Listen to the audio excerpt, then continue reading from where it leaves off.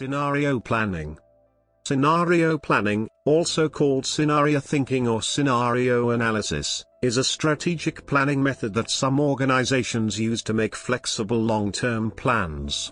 It is in large part an adaptation and generalization of classic methods used by military intelligence.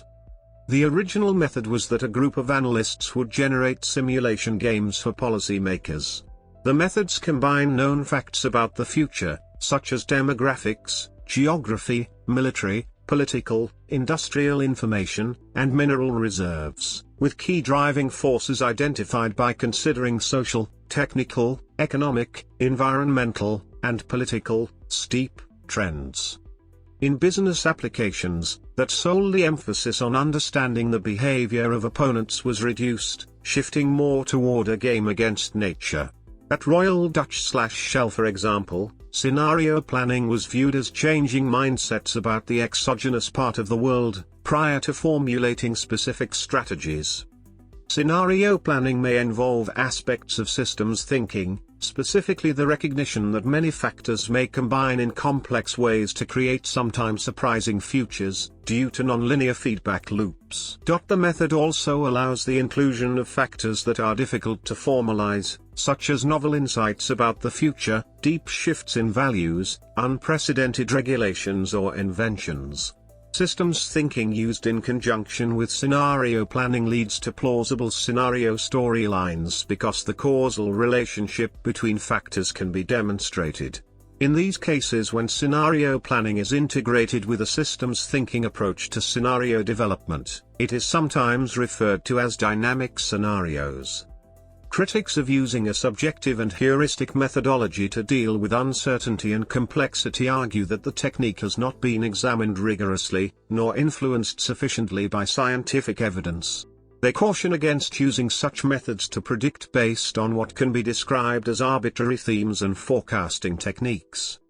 Another challenge of scenario building is that predictors are part of the social context about which they are trying to make a prediction and may influence that context in the process. As a consequence, societal predictions can become self-destructing. For example, a scenario in which a large percentage of a population will become HIV infected based on existing trends may cause more people to avoid risky behavior and thus reduce the HIV infection rate, invalidating the forecast, which might have remained correct if it had not been publicly known. Or, a prediction that cybersecurity will become a major issue may cause organizations to implement more cybersecurity measures, thus limiting the issue. Crafting scenarios. These combinations and permutations of fact and related social changes are called scenarios. The scenarios usually include plausible, but unexpectedly important situations and problems that exist in some small form in the present day. Any particular scenario is unlikely. However, future studies analysts select scenario features so they are both possible and uncomfortable. Scenario planning helps policymakers and firms anticipate change, prepare responses, and create more robust strategies.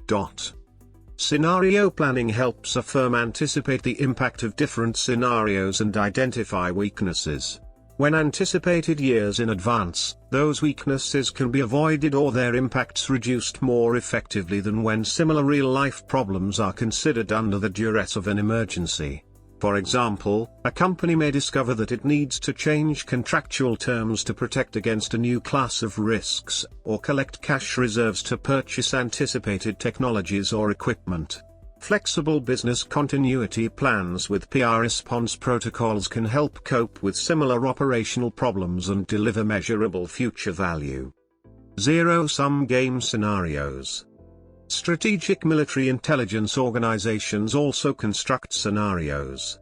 The methods and organizations are almost identical, except that scenario planning is applied to a wider variety of problems than merely military and political problems.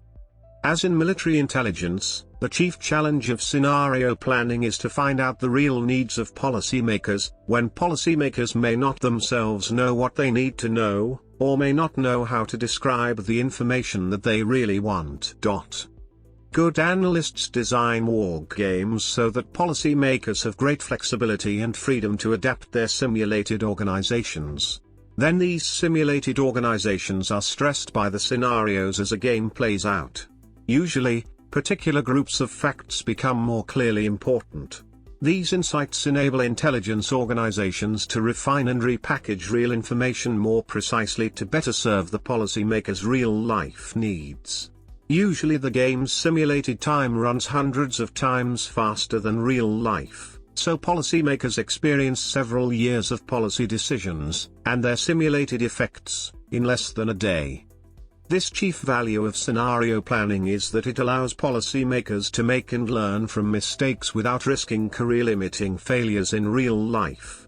Further, policymakers can make these mistakes in a safe, unthreatening, game-like environment, while responding to a wide variety of concretely presented situations based on facts. This is an opportunity to rehearse the future, an opportunity that does not present itself in day-to-day operations where every action and decision counts. How military scenario planning or scenario thinking is done. In military applications, scenario planning is also extremely popular with military planners. Most states' Department of War maintains a continuously updated series of strategic plans to cope with well-known military or strategic problems. These plans are almost always based on scenarios, and often the plans and scenarios are kept up to date by war games, sometimes played out with real troops. This process was first carried out, arguably the method was invented by the Prussian General Staff of the mid-19th century. Development of scenario analysis in business organizations. In the past, strategic plans have often considered only the official future, which was usually a straight-line graph of current trends carried into the future. Often the trend lines were generated by the accounting department, and lacked discussions of demographics, or qualitative differences in social conditions. These simplistic guesses are surprisingly good most of the time, but fail to consider qualitative social changes that can affect a business or government. Paul J. H. Schumacher offers a strong managerial case for the use of scenario planning in business and had wide impact. The approach may have had more impact outside Shell than within, as many others firms and consultancies started to benefit as well from scenario planning. Scenario planning is as much art as science, and prone to a variety of traps, both in process and content, as enumerated by Paul J. H. Schumacher. More recently, scenario planning has been discussed as a tool to improve the strategic agility, by cognitively preparing not only multiple scenarios but also multiple consistent strategies. History of use by academic and commercial organizations. Most authors attribute the introduction of scenario planning to Herman Kahn through his work for the U.S. military in the 1950s at the Rand Corporation, where he developed a technique of describing the future in stories as if written by people in the future. He adopted the term scenarios to describe these stories. In 1961 he founded the Hudson Institute, where he expanded his scenario work to social forecasting and public policy. One of his most controversial uses of scenarios was to suggest that a nuclear war could be won. Though Kahn is often cited as the father of scenario planning, at the same time Kahn was developing his methods at Rand, Gaston Berger was developing similar methods at the Centre d'études prospectives, which he founded in France. His method, which he named La Prospective, was to develop normative scenarios of the future which were to be used as a guide in formulating public policy. During the mid-1960s, various authors from the French and American institutions began to publish scenario planning concepts such as La Prospective by Berger in 1964 and the next 33 years by Kahn and Wiener in 1967. By the 1970s, scenario planning was in full swing, with a number of institutions now established to provide support to business, including the Hudson Foundation, the Stanford Research Institute, now SRI International, and the Semametre Consulting Group in France. Several large companies also began to embrace scenario planning, including DHL Express, Dutch Royal Shell, and General Electric. Possibly as a result of these very sophisticated approaches, and of the difficult techniques they employed, which usually demanded the resources of a central planning staff, scenarios earned a reputation for difficulty and cost in use. Even so, the theoretical importance of the use of alternative scenarios to help address the uncertainty implicit in long-range forecasts was dramatically underlined by the widespread confusion which followed the oil shock of 1973. As a result, many of the larger organizations started to use the technique in one form or another. By 1983, Diefenbach reported that alternate scenarios were the third most popular technique for long-range forecasting, used by 68% of the large organizations he surveyed. Practical development of scenario forecasting, to guide strategy rather than for the more limited academic uses which had previously been the case, was started by Pierre Wack in 1971 at the Royal Dutch Shell Group of Companies, and it, too, was given impetus by the oil shock 2 years later. Dutch Shell has, since that time, led the commercial world in the use of scenarios, and in the development of more practical techniques to support these.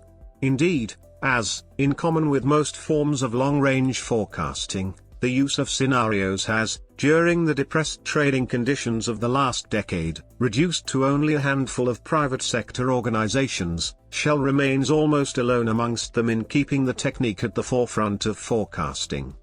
There has only been anecdotal evidence offered in support of the value of scenarios, even as aids to forecasting, and most of this has come from one company, Shell.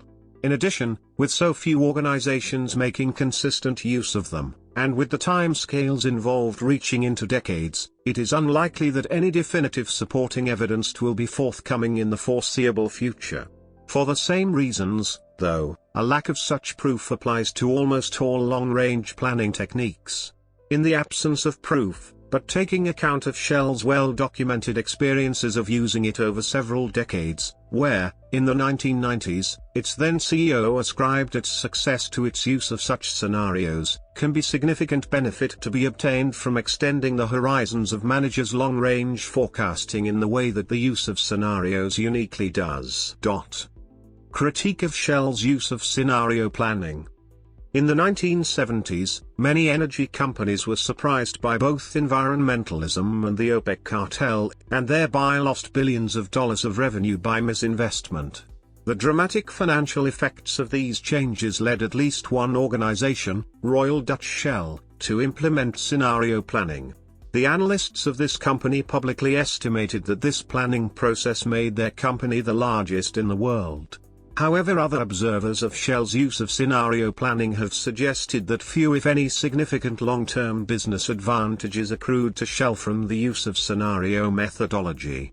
Whilst the intellectual robustness of Shell's long-term scenarios was seldom in doubt, their actual practical use was seen as being minimal by many senior Shell executives.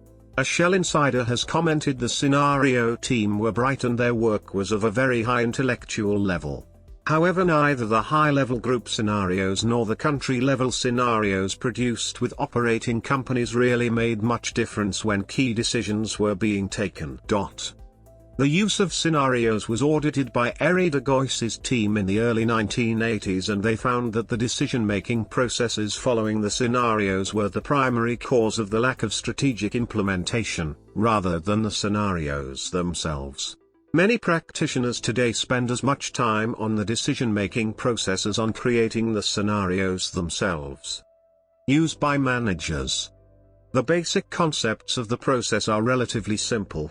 In terms of the overall approach to forecasting, they can be divided into three main groups of activities, which are, generally speaking, common to all long-range forecasting processes. The first of these groups quite simply comprises the normal environmental analysis. This is almost exactly the same as that which should be undertaken as the first stage of any serious long-range planning. However, the quality of this analysis is especially important in the context of scenario planning. The central part represents the specific techniques, covered here, which differentiate the scenario forecasting process from the others in long-range planning. The final group represents all the subsequent processes which go towards producing the corporate strategy and plans. Again, the requirements are slightly different, but in general they follow all the rules of sound long-range planning. Process.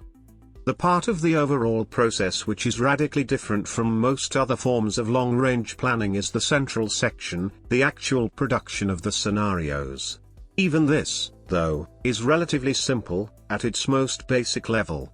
As derived from the approach most commonly used by Shell, it follows 6 steps. Step 1. Decide assumptions/drivers for change. The first stage is to examine the results of environmental analysis to determine which are the most important factors that will decide the nature of the future environment within which the organization operates.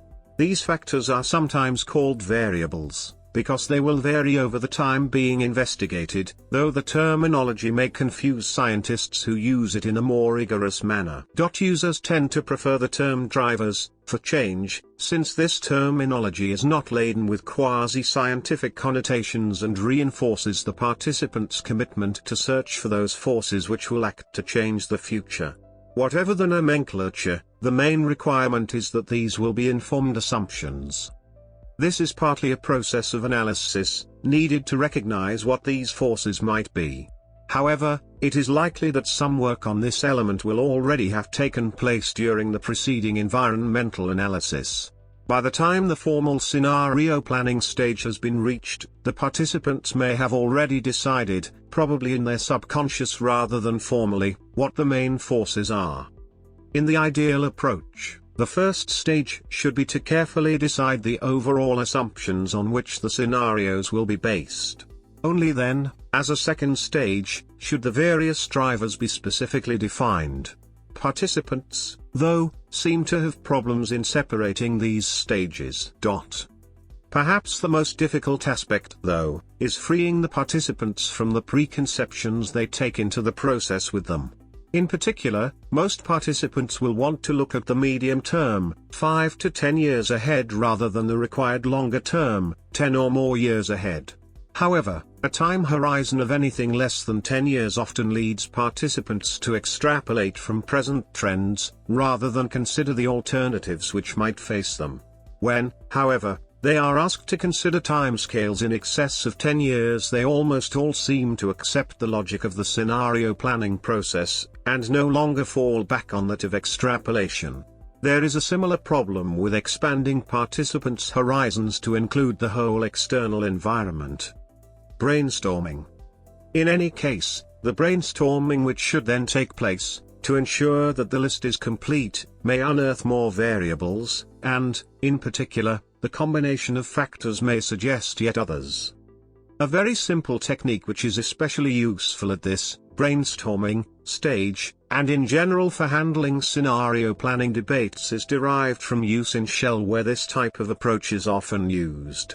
An especially easy approach. It only requires a conference room with a bare wall and copious supplies of 3M post-it notes. The 6 to 10 people ideally taking part in such face-to-face debates should be in a conference room environment which is isolated from outside interruptions. The only special requirement is that the conference room has at least one clear wall on which post-it notes will stick. At the start of the meeting itself, any topics which have already been identified during the environmental analysis stage are written, preferably with a thick magic marker, so they can be read from a distance, on separate post-it notes. These post-it notes are then, at least in theory, randomly placed on the wall. In practice, even at this early stage, the participants will want to cluster them in groups which seem to make sense.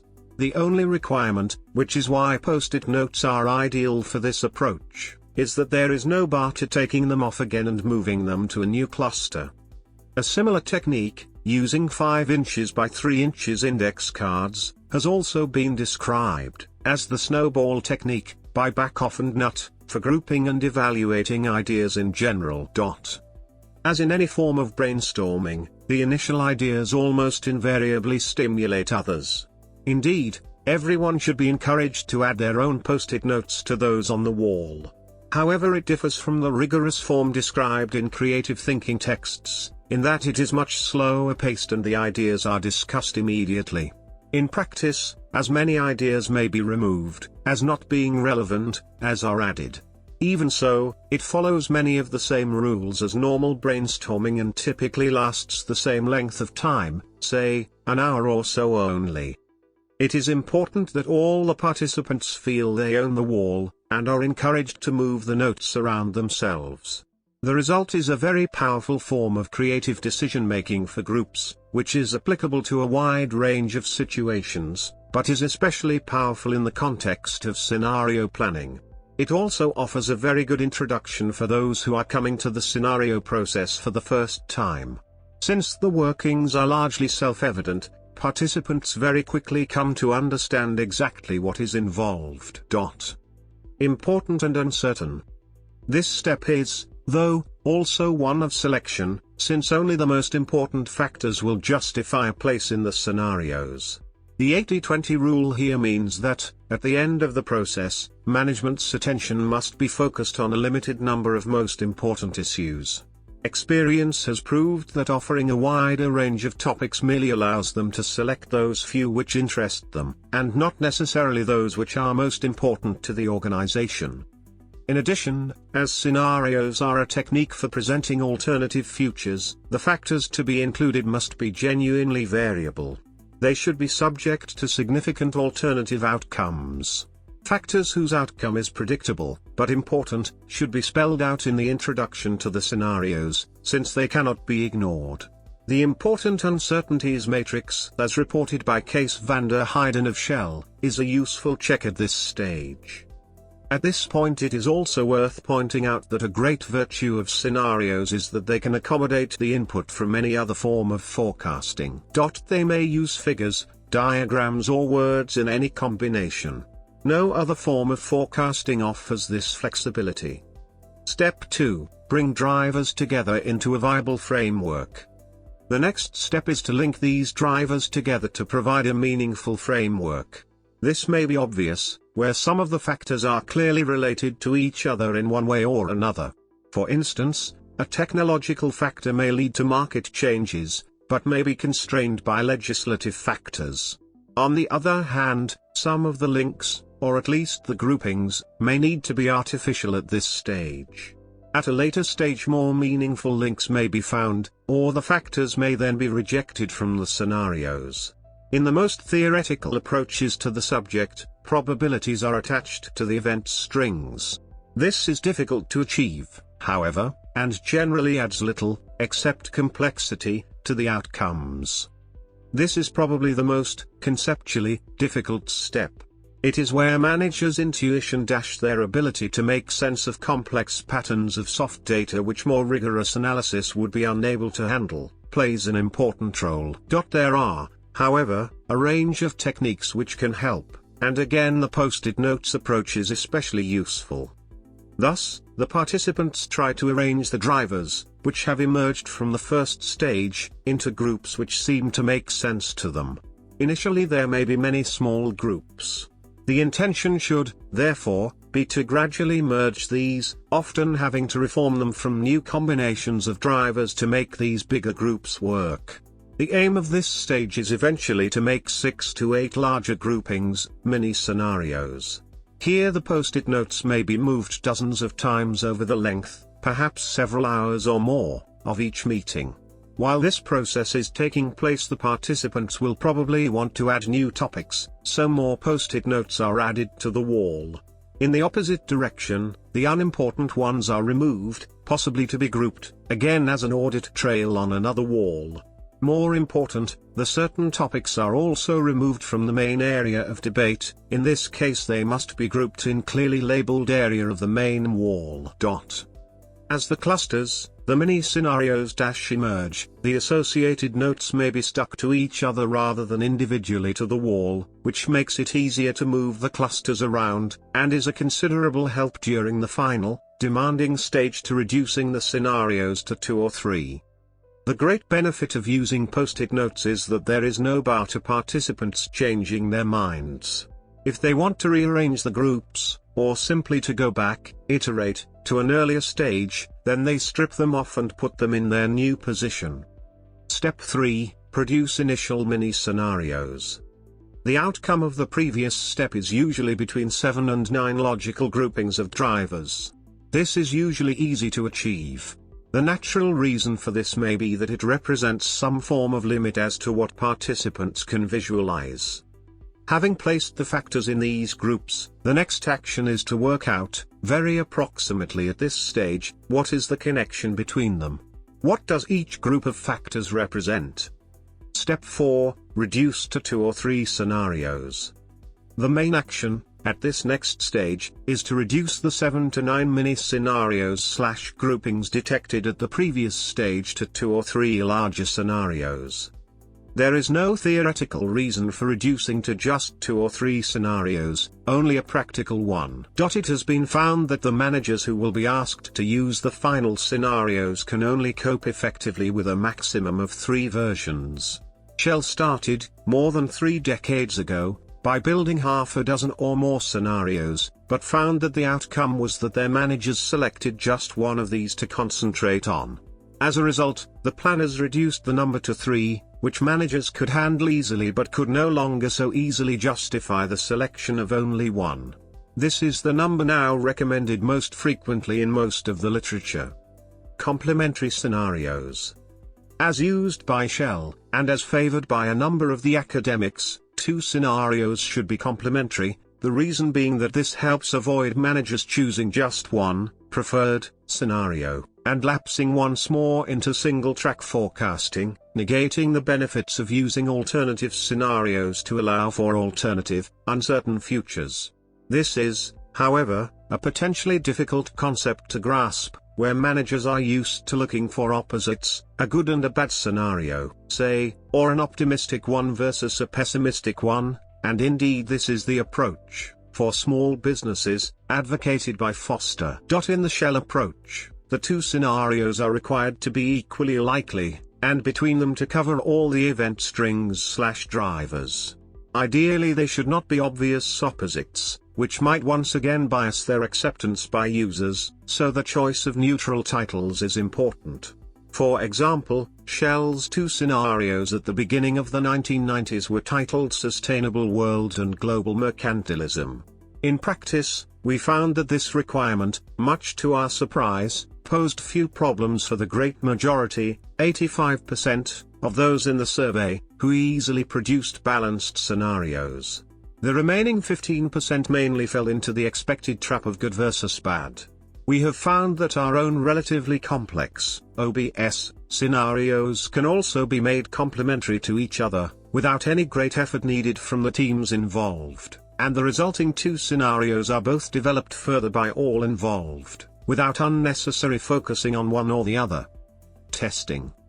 Having grouped the factors into these 2 scenarios, the next step is to test them, again, for viability. Do they make sense to the participants? This may be in terms of logical analysis, but it may also be in terms of intuitive gut feel. Once more, intuition often may offer a useful, if academically less respectable, vehicle for reacting to the complex and ill-defined issues typically involved. If the scenarios do not intuitively hang together, why not? The usual problem is that one or more of the assumptions turns out to be unrealistic in terms of how the participants see their world. If this is the case, then you need to return to the first step. The whole scenario planning process is above all an iterative one, returning to its beginnings a number of times until the final outcome makes the best sense. Step 5, write the scenarios. The scenarios are then written up in the most suitable form. The flexibility of this step often confuses participants, for they are used to forecasting processes which have a fixed format. The rule, though, is that you should produce the scenarios in the form most suitable for use by the managers who are going to base their strategy on them. Less obviously, the managers who are going to implement this strategy should also be taken into account. They will also be exposed to the scenarios, and will need to believe in these. This is essentially a marketing decision, since it will be very necessary to sell the final results to the users. On the other hand, a not inconsiderable consideration may be to use the form the author also finds most comfortable. If the form is alien to him or her, the chances are that the resulting scenarios will carry little conviction when it comes to the sale. Most scenarios will, perhaps, be written in word form, almost as a series of alternative essays about the future, especially where they will almost inevitably be qualitative, which is hardly surprising where managers, and their audience, will probably use this in their day-to-day communications. Some, though, use an expanded series of lists, and some enliven their reports by adding some fictional character to the material, perhaps taking literally the idea that they are stories about the future, though they are still clearly intended to be factual. On the other hand, they may include numeric data and/or diagrams, as those of Shell do, and in the process gain by the acid test of more measurable predictions. Step 6. Identify issues arising. The final stage of the process is to examine these scenarios to determine what are the most critical outcomes, the branching points relating to the issues which will have the greatest impact, potentially generating crises, on the future of the organization. The subsequent strategy will have to address these, since the normal approach to strategy deriving from scenarios is one which aims to minimize risk by being robust, that is, it will safely cope with all the alternative outcomes of these life and death issues, rather than aiming for performance, profit, maximization by gambling on one outcome. Use of scenarios. It is important to note that scenarios may be used in a number of ways. A. Containers for the drivers/event strings. Most basically, they are a logical device, an artificial framework, for presenting the individual factors/topics, or coherent groups of these, so that these are made easily available for managers' use, as useful ideas about future developments in their own right, without reference to the rest of the scenario. It should be stressed that no factors should be dropped, or even given lower priority, as a result of producing the scenarios. In this context, which scenario contains which topic, driver, or issue about the future, is irrelevant. B. Tests for consistency. At every stage it is necessary to iterate, to check that the contents are viable and make any necessary changes to ensure that they are. Here the main test is to see if the scenarios seem to be internally consistent. If they are not, then the writer must loop back to earlier stages to correct the problem. Though it has been mentioned previously, it is important to stress once again that scenario building is ideally an iterative process. It usually does not just happen in one meeting, though even one attempt is better than none, but takes place over a number of meetings as the participants gradually refine their ideas. C. Positive perspectives. Perhaps the main benefit deriving from scenarios, however, comes from the alternative flavors of the future their different perspectives offer. It is a common experience, when the scenarios finally emerge, for the participants to be startled by the insight they offer, as to what the general shape of the future might be. At this stage it no longer is a theoretical exercise but becomes a genuine framework, or rather set of alternative frameworks, for dealing with that scenario planning compared to other techniques. The flowchart to the right provides a process for classifying a phenomenon as a scenario in the intuitive logics tradition. Scenario planning differs from contingency planning, sensitivity analysis and computer simulations. Contingency planning is a what-if tool, that only takes into account one uncertainty. However, scenario planning considers combinations of uncertainties in each scenario. Planners also try to select especially plausible but uncomfortable combinations of social developments. Sensitivity analysis analyzes changes in one variable only, which is useful for simple changes, while scenario planning tries to expose policymakers to significant interactions of major variables. While scenario planning can benefit from computer simulations, scenario planning is less formalized, and can be used to make plans for qualitative patterns that show up in a wide variety of simulated events. During the past 5 years, computer-supported morphological analysis has been employed as aid in scenario development by the Swedish Defense Research Agency in Stockholm. This method makes it